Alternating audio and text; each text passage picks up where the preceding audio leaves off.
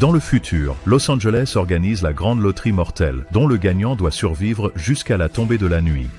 Bien sûr, il y a un piège. N'importe qui a le droit légal de le tuer et de réclamer le prix. Une foule de personnes poursuit le dernier gagnant de la loterie mortelle. L'homme doit courir pour sauver sa vie et repousser vague après vague de poursuivants avides de récompenses. Heureusement pour lui, c'est un coureur rapide et un bon combattant. L'homme se cache dans l'appartement d'une vieille femme, qui insiste sur le fait qu'elle ne sait pas qui il est. Le gagnant de la loterie casse son téléphone et supplie pour un antidouleur. Au lieu d'un comprimé, il reçoit une énorme agrafe en plein milieu du front. D'autres personnes font irruption dans la maison, furieuses que le prix leur ait échappé pour atterrir dans les bras d'une vieille dame. Elle est millionnaire maintenant. Quelques instants plus tard, une équipe du SWAT fait irruption. Il confirme que le gagnant de la loterie est mort et félicite la vieille dame d'avoir décroché le gros lot. Le gros lot, quel retournement de situation? Nous faisons la connaissance d'une fille nommée Katie Kim. C'est juste une actrice ordinaire et inconnue qui est venue à Los Angeles pour devenir une star. Les informations annoncent que le jackpot de la loterie mortelle de demain atteindra 3 milliards de dollars. Katie regarde par la fenêtre du bus, observant la vie de la ville. Elle est témoin de bagarres constantes, de crimes et de disputes à chaque coin de rue. La protagoniste cherche un endroit où loger et finit par louer une petite chambre bon marché à une fille enjouée nommée Shadi et à son petit ami DJ, aussi peu futé que ridicule. Une publicité télévisée tape à l'œil présente Noel Cassidy, un agent indépendant de protection de loterie. Katie se réveille avec quelque chose de brun qui lui coule sur le visage. Un liquide à l'odeur nauséabonde fuit du plafond, imbibant son lit et ses vêtements. Il s'avère que la plomberie de la maison est cassée et la substance brune est, bien. Des surprises désagréables provenant des toilettes à l'étage, Shadi propose à Katie de lui prêter quelques-uns de ses vêtements. Évidemment pas gratuitement, mais pour 40 $. Le personnage principal accepte, n'ayant pas d'autre choix. Katie prend un taxi et se rend à sa première audition. À son arrivée, l'endroit est déjà rempli de filles magnifiques qui ressemblent toutes à des poupées Barbie. Pour participer au casting, Katie doit encore payer 400 $. Pendant l'audition, Katie raconte qu'elle a fait de la publicité quand elle était enfant, mais qu'elle a arrêté de jouer pour s'occuper de sa mère malade. En discutant avec le producteur, elle se retrouve accidentellement inscrite à la loterie mortelle. Malheureusement, l'audition ne se passe pas bien et Katie est recalée. C'est alors qu'un message apparaît. Elle a gagné le gros lot à la grande loterie. En quelques secondes, les autres actrices en herbe l'encerclent. Et elles attaquent. Katie est attaquée à coups de poing, de couteau et même avec les talons aiguilles de chaussures de créateur. La protagoniste essaie de se cacher mais finit dans un dojo d'arts martiaux. Une fois de plus, elle doit esquiver et se battre simplement pour survivre. Le maître du dojo attrape Katie et la projette contre un mur, l'envoyant dans la pièce voisine où se déroule une paisible séance de yoga. Évidemment, un autre groupe de chasseurs de primes se lance instantanément dans la bagarre. Ce qui sauve Katie, c'est que ses assaillants commencent aussi à se battre entre eux. Quelques instants plus tard, le karatéka le plus fort la saisit. On dirait que Katie n'a aucune chance de s'en sortir. Mais c'est à ce moment-là que Noel Cassidy fait son apparition. Oui, l'agent de protection de la loterie de la publicité télé. Il met le karatéka KO et propose un marché à Katie. La protection, en échange de 10% de son jackpot. Katie ne comprend toujours pas vraiment ce qui se passe, mais elle signe le contrat quand même. L'homme neutralise rapidement tous ceux qui veulent s'emparer du jackpot de Katie et attache la jeune fille sur son dos avec une ceinture pour la protéger de la foule affamée. Quand tous les maniaques assoiffés d'argent sont mis hors d'état de nuire, la protagoniste découvre enfin pourquoi tout le monde la pourchasse.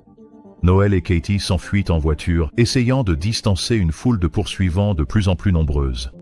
À chaque minute, de nouveaux ennemis rejoignent la poursuite. Il y a une bonne nouvelle, les gens n'ont pas le droit d'utiliser des armes à feu ni de tuer qui que ce soit, sauf la gagnante de la loterie. Mais voici la mauvaise nouvelle. Un drone survole la zone et diffuse la position de Katie toutes les 14 minutes. Au fait, les personnes qui traquent les gagnants de la loterie sont ironiquement appelées des fans. Un gang de motards se lance à la poursuite de Katie et Noel, allant jusqu'à incendier leur voiture. Les personnages principaux essaient de les semer en se cachant dans un entrepôt, mais ce n'est pas une tâche facile. Katie veut abandonner la loterie. Eh bien, c'est techniquement possible, mais seulement si elle parvient à atteindre un quartier appelé la Grapevine, situé en périphérie de la ville. La course-poursuite effrénée continue. Noel conseille à Katie de mettre un casque. L'une des motardes saute dans leur voiture et attaque Katie. Noel la sauve à nouveau. Pourtant, Katie est capable de se défendre elle-même. Leur voiture est complètement détruite. Ils doivent continuer à pied. Katie ne fait pas confiance à Noël et va même jusqu'à le frapper à coups de poing. La police apparaît dans la rue. Katie est soulagée, pensant être enfin en sécurité. Mais au lieu d'aider, les policiers se précipitent sur elle. Eux aussi veulent les 3 milliards de dollars. Noël sauve une fois de plus le personnage principal. Pendant qu'il se débat avec les policiers, Katie tente de lui échapper.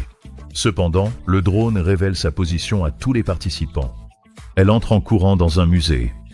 Le gardien de sécurité la reconnaît, mais, pris de pitié pour la pauvre fille, il la laisse se cacher à l'intérieur du musée de cire. Le téléphone de Katie sonne. C'est Shadi. La jeune fille rusée découvre où se cache le protagoniste et s'y rend immédiatement avec DJ. Le gardien de sécurité refuse de les laisser entrer car, il y a 3 semaines, ils ont vandalisé l'une des expositions. Mais Shadi l'assomme et force le passage à l'intérieur. Katie se cache parmi les statues de cire.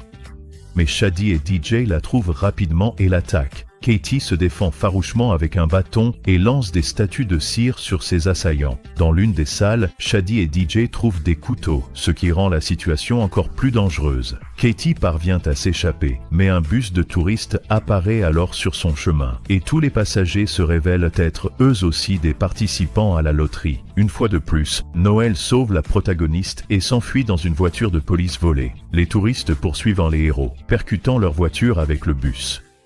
Noël dit qu'ils ont besoin d'un abri anti-bombe, et Katie a soudain une idée. Ils arrivent chez le musicien Machine Gun Kelly, le menacent et se cachent des touristes déchaînés dans son bunker, que l'artiste appelle sa Panic Room. Pour empêcher Gun Kelly de révéler le code d'accès du bunker aux fans, Katie lui tire une fléchette tranquillisante. Ainsi, les protagonistes sont retranchés dans l'abri. Et rien ne les menace, du moins pour l'instant. Malheureusement, la paix ne dure pas longtemps. Shadi et DJ rejoignent les touristes déchaînés. La fille essaie de ranimer Gun Kelly en le traînant jusqu'à la piscine et en le jetant à l'eau. Ça marche. Gun Kelly reprend connaissance et donne à Shadi le code de sa Panic Room.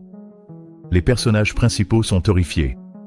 Noël est obligé de contacter l'agence de protection de la loterie et de joindre son patron, Louis Lewis. Juste avant que les fans affamés de Jackpot ne pénètrent dans le bunker, l'équipe de Louis pirate et fait exploser leur téléphone. Profitant de l'occasion, Noël et Katie s'échappent de la Panic Room et retrouvent l'équipe de Lewis. Ils sont immédiatement emmenés à l'endroit le plus sûr de Los Angeles. C'est un magnifique complexe high-tech, le siège de l'agence de protection de la loterie, ou simplement LPA. Katie rencontre Lewis, le directeur de l'agence. Il lui offre le téléphone le plus tendance du marché. Et lui montre le mur des gagnants, avec les portraits de ceux qui ont réussi à rester en vie. Si Katie veut survivre elle aussi, la LPA est prête à la protéger, évidemment pas gratuitement. Ils prendront 30% de son jackpot, Katie accepte, mais seulement à condition qu'un autre 30% revienne à Noël, puisqu'il a été le premier à la sauver. Lewis montre à Katie des images des caméras de sécurité. On dirait qu'une foule de fans essaie de pénétrer dans les locaux de la LPA. Les médecins soignent les blessures et les contusions que Katie a subies lors de sa course pour survivre. Noël révèle que lui et Louis sont les derniers membres survivants de leur équipe de mercenaires. Noël utilise désormais ses gains obtenus en protégeant les gagnants de la loterie pour soutenir les familles de ses camarades tombés au combat. On propose à Katie un dispositif spécial capable de modifier son apparence. Elle choisit de ressembler à un homme asiatique avec une moustache et une barbe. Noël commence à soupçonner que la LPA élimine secrètement ses clients et s'empare de leurs gains. Comment pourrait-il avoir autant d'argent autrement? Ils veulent emmener Katie dans la planque secrète de l'entreprise, mais pourquoi quitter le siège de la LPA si c'est l'endroit le plus sûr? C'est très suspect. Profitant de l'occasion, Katie donne un coup de genou à Louis dans l'aine et Noël ouvre la porte blindée, laissant une foule de fans déchaînés envahir le bâtiment. Grâce à son déguisement, personne ne fait attention à Katie.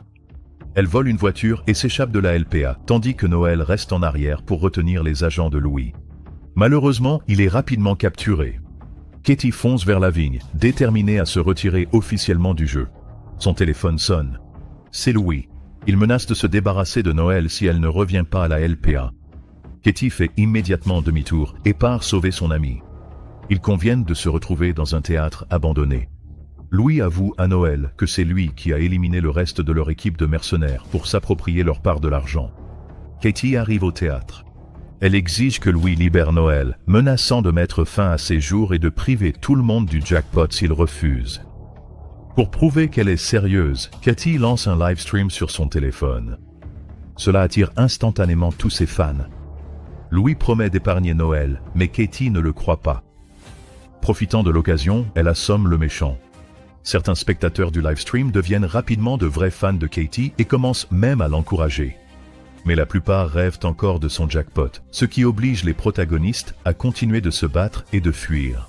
Katie se retrouve à affronter Louis une fois de plus. Au même moment, d'autres chasseurs d'argent se précipitent à l'intérieur. Noël, toujours attaché, se défend contre eux avec sa chaise, tandis que Louis a du mal à gérer Katie. Noël se libère et se précipite pour sauver son ami. Alors qu'il affronte Louis, Katie est attaquée par la dérangée Shadi.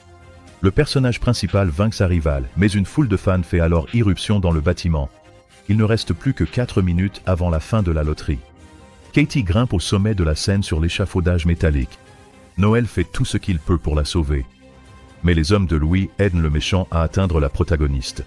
Katie repousse Louis et fait exploser les grenades dans sa poche. Mais ce faisant, elle tombe d'une grande hauteur. La jeune fille est rattrapée par une foule de ses véritables fans qui arrivent juste à temps au moment où la loterie se termine. Katie et Noël célèbrent leur victoire. Elle veut offrir à son fidèle ami la moitié de son jackpot. Katie reçoit un chèque de 3 milliards de dollars et s'en va avec Noël pour manger des hot dogs. 6 mois plus tard, les personnages principaux ont utilisé leur jackpot pour ouvrir leur propre agence de protection, un club de combat, un centre de protection de l'enfance et une pizzeria sur le thème des tortues ninja. Ah, et ils ont acheté un super yacht. Désormais, la grande loterie mortelle se tient dans tout le pays.